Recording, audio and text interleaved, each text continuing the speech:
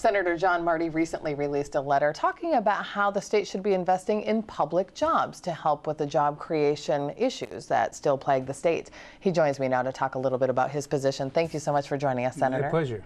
Outline, first of all, your position in this letter. Sure. I wanted to start moving away from the thing that the only jobs that matter are private sector jobs, because I think almost any job that somebody does, it gives them a sense of purpose. It helps them contribute to the economy.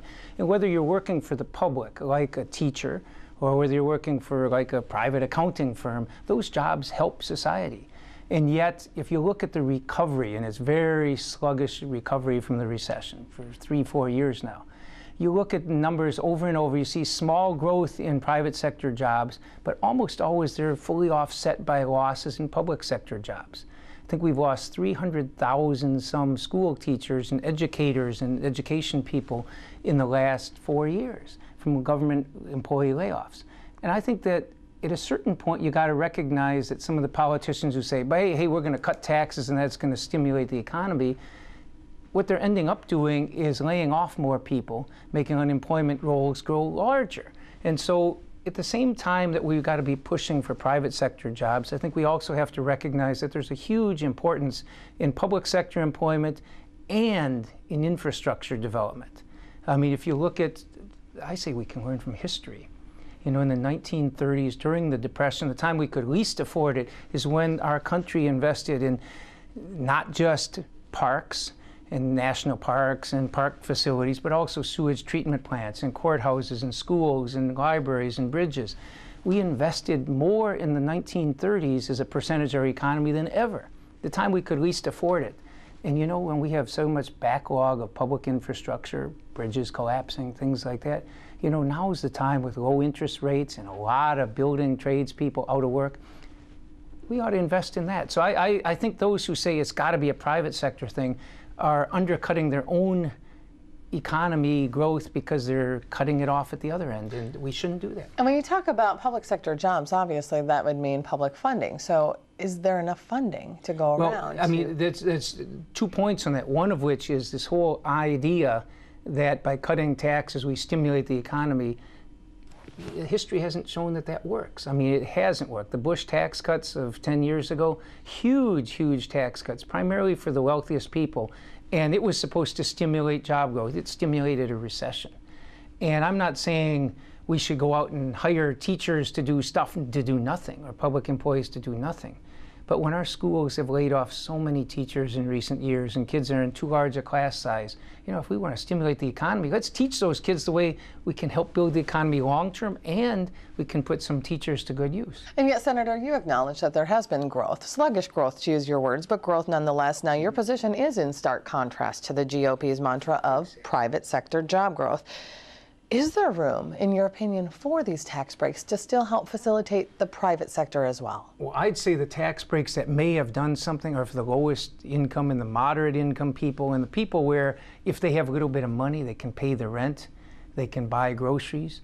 That stimulates the economy because they're spending that money right away.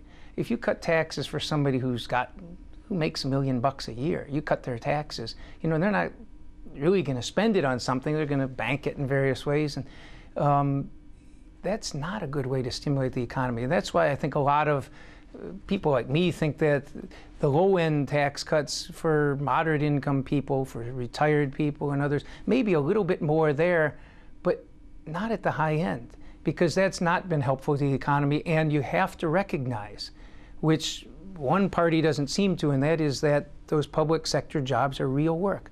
I always think, and the Republicans do talk about putting people to work, but I always think whether it's a public sector or a private sector job, it's in my interest, it's in your interest, it's in all of our interest to get people to work. And that shouldn't be just private sector. It should be private sector and public sector and nonprofit sector. It should be trying to tackle all the challenges the community faces. I don't know if you have any number in mind, but how much money, more money, do you think needs to be put into public sector jobs to create significant job growth? Well, let's focus here, because I don't think we're likely in Minnesota or nationally to decide, well, we're going to really invest in education like we say we're the brain power state and so on. And we're slipping compared to the rest of the world because we're not making those investments. But let's talk for 1 minute about an area that we could do by the bonding type of things. When we talk about bonding bills, borrowing money for long-term public infrastructure in Minnesota, it tends to be both for private facilities, Viking stadiums, Mall of America, I mean private sector development, or it tends to be for big projects, civic centers and things, which are nice. But what about the basic infrastructure, the roads, the bridges, the courthouses, energy efficiency in our public schools, public housing, which is rotting in this state? And it's going to cost us a lot more in the long run. Just maintaining the infrastructure we have is huge. University of Minnesota has a backlog of $900 million of public infrastructure. And those are not costs that go away. We just defer the cost till later. And I'm saying now when interest rates are low and building construction workers out of work, let's put 2 and 2 together and address those challenges. Are you also saying then it might not take more money just to redirect the money that's currently No, existing? it would. Well, first of all, I'd say we should be putting more money into things like education. I absolutely think we should. But I think at this time, the one thing that would do the most for the stimulus would be to hire some of these construction workers, not to do private sector jobs, let the private sector invest in those, but to do the public things, the school buildings, the public housing, all the infrastructure that makes our economy flow. And we have not done that. We are shamefully behind in taking care of our infrastructure as a society. And the last time we really went, during the 1950s, the interstate highway system, those were huge investments too. But the time we really recognized the importance was in the Depression when people were out of work. Put people to work doing things that society needs. And my whole my commentary was trying to stimulate some discussion of that because it's not even part of the political discourse. Okay, with those words, Senator Marty, thank you for coming in and explaining your position. We certainly appreciate it. My pleasure.